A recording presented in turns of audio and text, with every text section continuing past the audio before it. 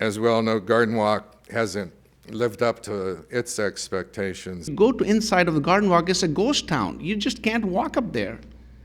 Do we want to see this ghost town for next 15 years? 15 years seems like a long time. That doesn't mean that nothing will happen for 15 years. So I don't think that's a compelling argument. The developer is requesting 80% of the TOT from the project. By providing 80% TOT support, the city will be contributing over 25% of the $283 million in funds necessary to build the project. But this is not going to cost us a dime. It's a short-term, no cost to the city. It's credits against future revenues. And in the end of the day, we'll be receiving over $20 million a year to pay for our police and fire services, graffiti removal. And the argument that it doesn't cost a dime, I do not believe that. That's assuming there's two possible scenarios. One is that you build it, the other is that it doesn't get built for 15 years. Well, there's a third scenario, which I think is more likely, that if you don't build it, something will be built there before 15 years, and that tax revenue would come to the city. The request that we are asked for tonight will forever change and reduce one of the most significant and vital revenue streams that we have, TOT. 80%, basically given all the tax from a project as a subsidy, because the 20% goes to pay debt service that's obligated for 15 years is really just unprecedented. Staff does not wish to set a precedent that 80% level of TOT support is appropriate for this or future projects. If we approve this request of giving up 80% of TOT and basically 100% of it for 15 years to one developer, we are opening the door and raising the bar to every other hotel in the future. This is your opportunity. I think this is the uniqueness that justifies going from 50%.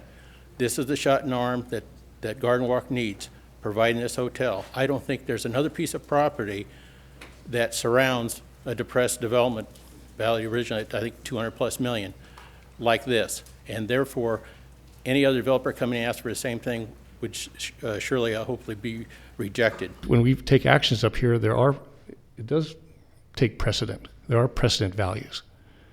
What we do here, we can't pick one and do something and pick another hotel and do something else, or we shouldn't. You know, I think it's interesting that our interim city manager happens to be our former finance director. He has an intimate knowledge of Anaheim's finances to yesterday and in the future. The fact that he does not believe that this is in the best interest for the citizens of our city weighs heavily on my decision not to support this project tonight. I wasn't a math major in school, but I think that 20% of something is a lot better than 100% of nothing. 20% of something is better than 100% of nothing. And I also serve in the advisory committee for SOAR. I think one of the most exciting things is the revenues that it would generate for the city. We know immediately it would increase revenues by $3.5 million over a 20-year period. It's estimated over $4.4 billion of new revenue to the city of Anaheim. I won't propose that I know how the dollars and employment numbers were arrived at, but I trust those that have developed them. We are stewards of the people's money, and we have a fiduciary trust to make sure that that money provides public safety, infrastructure improvements and maintenance, and community services to the people who live in our city. It would also assist us with jobs. I'm with Teamsters Local 952. I'm a council representative for the Los Angeles Orange County Building and Construction Trade. I am a member of Plumbers, Steam Fitters, and Apprentices. I belong to the International Union of Operating Engineers, Local number 12. I represent 2,200 members of the Brotherhood of Electrical Workers. I'm here representing the painters. I am a business agent with Iron Workers, Local 433.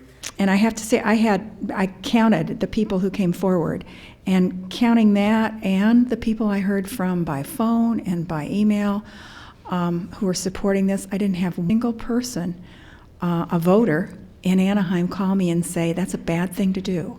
I've sat and watched, and this is the first time I've seen anything this big not have a line of pro and con speakers. I've been a member of SOAR since its beginning. I'm proud to be a member of it. I also serve in the advisory committee for SOAR. And I'm a founding member of SOAR. Also part of the SOAR Executive Advisory Committee. And the resort district is what we are all about.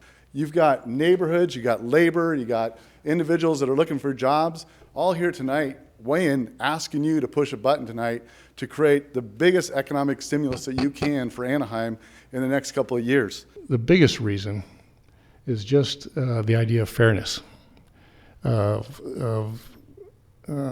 one hotel not paying TOT tax when every other hotel pays TOT tax.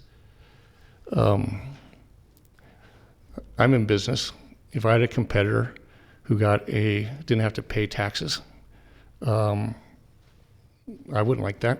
In fact, I might go out of business because it's a huge competitive advantage. Staff is not recommending the amendment of the existing economic assistance agreement as requested by the developer. I do support this amendment tonight. And I'm very proud of the selections we made for your endorsements for the City Council in the prior election. And I think basically I was elected to come up here and represent you, the people who live in Anaheim and who vote, and use my best judgment to approve or disapprove things like this. The vote is 3 ayes. The vote is 3 ayes, 2 nays, Councilmember Galloway and Mayor Tate.